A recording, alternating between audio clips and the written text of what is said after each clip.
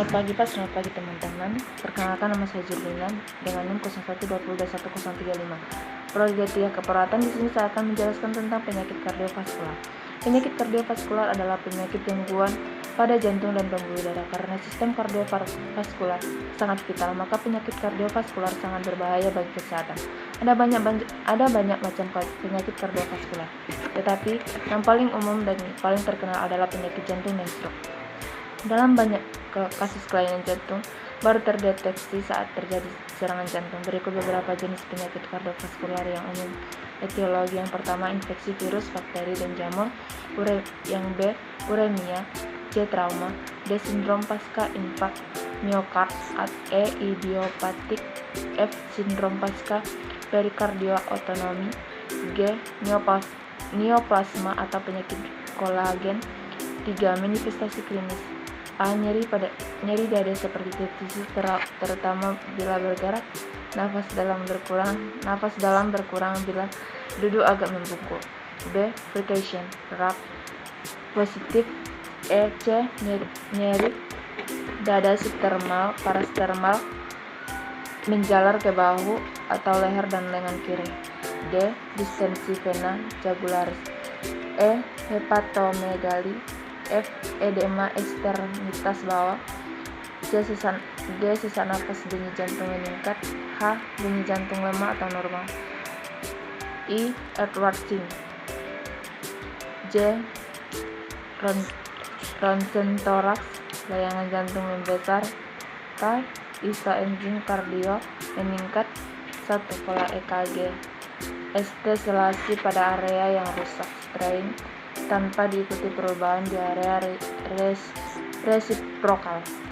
2, kompleks QRS, voltase rendah atau amplitude kecil. 3, atrium fibrillaris. Patofisiologi: ada proses inflamasi dan sekunder dari fenomena infeksi pada perikarditis akan memberikan respon terjadi vasodilatasi dengan peningkatan akumulasi cairan ke kantong perikardium. Perubahan patologis selanjutnya yang terjadi berupa terbentuknya jaringan perut dan perlengketan disertai kalsifikasi dari lapisan perikardium visceral maupun parental yang menimbulkan perikarditis konstriktif yang apabila cukup berat akan menghambat pengembangan volume jantung pada fase diastolik. Komplikasi: A, tamponade jantung.